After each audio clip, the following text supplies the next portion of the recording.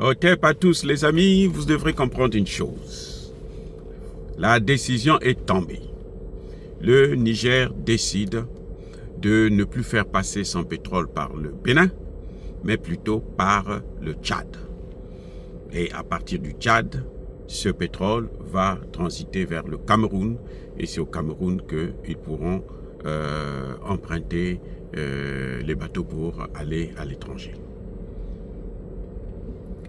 Je crois que c'est une bonne leçon, ce sera une très bonne leçon. Parce que Patrice Talon est tellement bête, c'est un talon. Donc, il est en bas de l'échelle, il ne vaut rien. Il n'a pas compris la leçon avec le Togo. Les marchés que le Togo a pris au Bénin, là, ça ne reviendra plus au Bénin.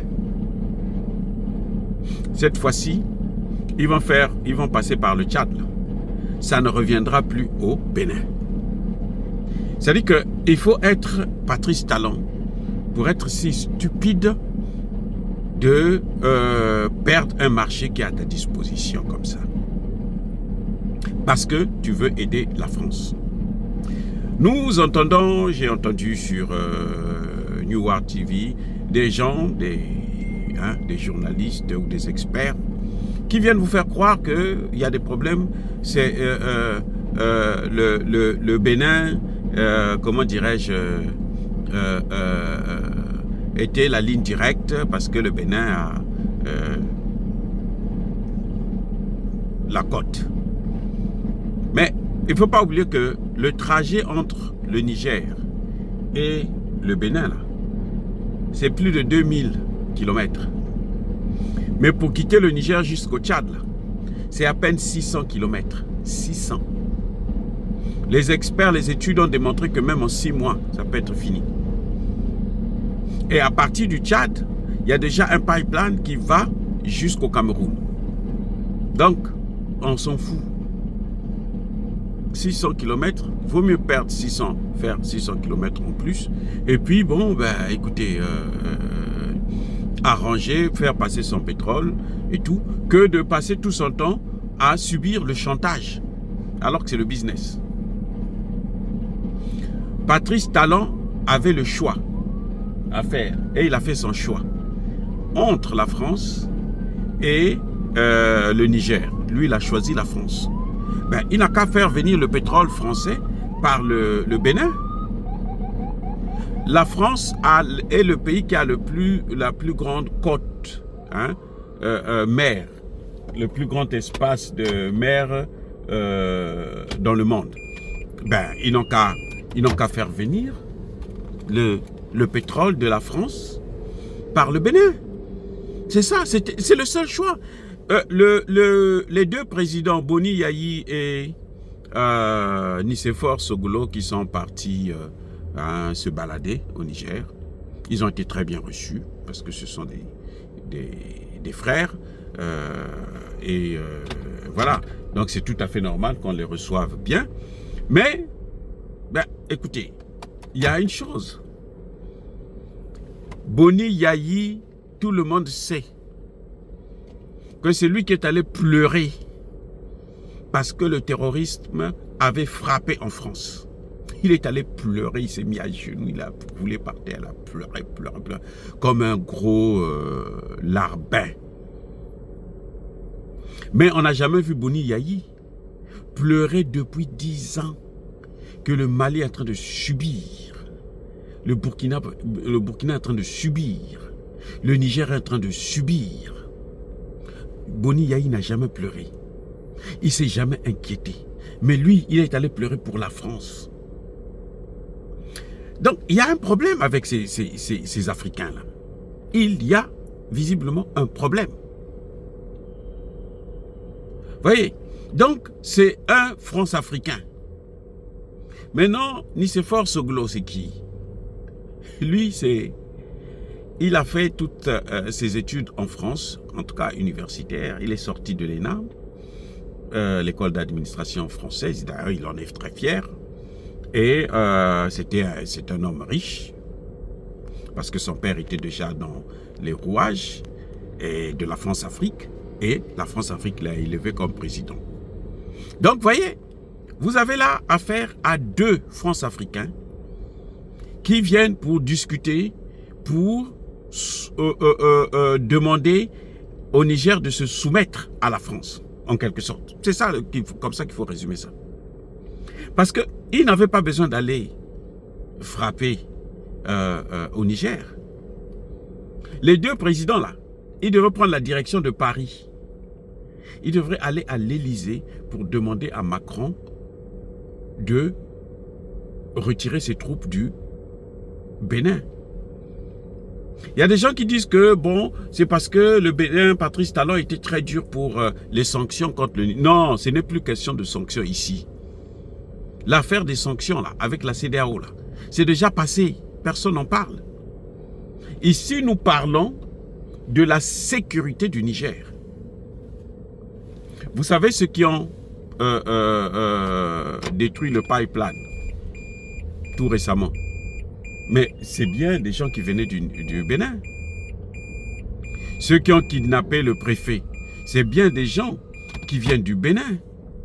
Mais attendez, jusqu'à quand le Niger va subir, et même pour son propre pétrole, à cause d'un chantage que Patrice Talon fait? Vous voyez, c'est malheureux que l'on se retrouve dans de telles situations. Mais c'est bien fait pour la gueule de Patrice Talon. C'est dommage pour les populations béninoises. Vous voyez comment des chefs d'État passent leur temps à servir l'étranger sans pourtant servir leur propre pays. Mais la responsabilité est aussi celle des Béninois. C'est aux Béninois de faire pression sur Patrice Talon. Bien, on a vu aujourd'hui avec le Kenya. Vous savez, le Kenya est revenu sur sa décision. Hein. Et pourtant, le président Ruto a tué 22 personnes. Le nombre est en train d'augmenter. 22. Mais il a été obligé. La population l'a fait revenir sur sa décision. Et pourquoi les Béninois sont passifs? Parce qu'ils acceptent ça, ils reconnaissent ça. Parce que pour eux, ça ne dit absolument rien. Pour eux, ça ne change rien. Et que par conséquent, c'est tout à fait normal qu'il puisse y avoir de telles situations, les gars. Les deux présidents devraient se rendre donc à Paris. C'est à Paris qu'ils devraient régler le problème. C'est au Bénin qu'ils devraient régler le problème. Parce que là, dans cette affaire-là, c'est un choix à faire entre les bases militaires françaises au Bénin et le pétrole nigérien. Si Patrice Talon choisit les bases militaires, mais où est le problème du Niger? Le Niger trouve son alternative. Je vous avais déjà dit ça dès le début, que le Niger a une alternative. C'est Patrice Talon qui n'a pas d'alternative. Le Niger a une alternative. Plusieurs d'ailleurs. Le Niger peut même faire passer son pétrole par l'Algérie. Oui. Il peut faire passer ça par l'Algérie. Donc, je crois que il faut que les gens soient raisonnables et qu'ils réfléchissent quand ils font des choses. Je pense que c'est une décision sage. Patrice Talon a d'abord commencé par fermer les frontières ici et là, n'importe comment. Maintenant, il prend des Nigériens qui veulent venir juste pour contrôler leur pétrole. Il les fout en prison pour dire que lui, il a le pouvoir. Eh bien, il n'a qu'à partir. Il n'a qu'à partir par le Tchad, par le Cameroun. Le Tchad fait passer son pétrole au Cameroun juste, ça fait depuis des années, ils n'ont pas de problème. Alors que le Tchad est un pays en guerre. Le Bénin n'est pas en guerre. Le Bénin n'est pas en guerre contre le terrorisme. Et il est là à créer tout un tas de problèmes. Non. Sur New Watili, écoutez bien, ce n'est pas un problème de la CEDEAO maintenant. Le problème de la CEDEAO, là, c'est fini. On s'en fout de la CEDEAO. Ils sont sortis de la CEDEAO. Donc, qu'est-ce qu'ils en foutent encore avec la CEDEAO? Le problème actuellement, c'est entre la France et le Niger. Où Patrice Talon choisit les bases militaires françaises ou il choisit le pétrole du Niger. Patrice Talon a choisi les bases militaires françaises, il n'a qu'à assumer ses responsabilités. Et Nicéphore Soglo et Boni Yayi n'ont qu'à dire à Patrice Talon d'assumer ses responsabilités, de demander à la France maintenant de prendre le pétrole français là, faire passer ça par le Bénin. C'est aussi simple que ça. C'est le choix. Il a choisi la France. Donc il n'a qu'à prendre le pétrole français, il n'a qu'à le faire passer par le Bénin. Vous savez, même en tant que frère là, quand il y a des problèmes, quand on ne s'entend pas, il faut se séparer. Il faut se séparer. On n'est pas obligé d'être là à subir les tracasseries, le stress d'un frère qui n'a rien compris, qui est là en train de vous emmerder. Je vous garantis les gars, ça ne paye pas. Ce n'est pas l'émotion ici là. C'est le business. C'est votre frère. S'il se comporte mal avec vous, vous stresse, oubliez-le. Oubliez-le. Vous voyez même les enfants, quand ils voient qu'ils sont grands, ils ne veulent plus le stress des parents, qu'est-ce qu'ils font? Ils s'en vont. Vous allez faire quoi? Vous allez les retenir? Hein? Vous allez les retenir? Vous avez déjà vu ça? Vous avez déjà vu ça? Non, ça ne se fait pas. L'enfant a grandi. L'enfant ne veut plus que, bon, papa est là à contrôler quand est-ce qu'il rentre, quand est-ce qu'il a mangé, bon. L'enfant, qu'est-ce qu'il fait? Ben, il s'en va ailleurs. Il loue sa maison, il a eu son travail, il s'en va. C'est tout. Mais ça ne veut pas dire que vous n'êtes plus son fils, vous n'êtes plus son père. Non. Vous gardez vos relations, mais chacun est dans son coin. Voilà comment ça se passe. Maintenant, combien de fois deux pays souverains? Il y en a un qui dit que non, moi je préfère rester avec les Occidentaux parce que eux, ils m'aident à obtenir un peu des prêts et tout. Bon, continuez à rester avec eux. Voilà. Bien aimés frères et sœurs, dire cela c'est inciter à la haine ou à la violence. Non. Ce sont les conséquences. L'Afrique d'aujourd'hui là n'est plus celle d'hier. Monsieur Patrice Talon croit que l'Afrique d'aujourd'hui c'est encore hier là, où les Africains devraient se soumettre. Non, si lui se soumet, c'est son problème. Vous voyez le Tchad et plutôt le Mali et le Sénégal. Le Sénégal est allé prendre des Français, des Européens, toute l'Europe, pour venir garder sa frontière. Maintenant, si le Tchad, le Mali décide d'éviter toute relation avec les Sénégalais qui sont de cette frontière-là, où est le problème du Mali? Si le Mali cherche, quand le Sénégal avait fermé le port, la frontière, qu'est-ce que le Mali a fait? Le Mali est allé en Guinée.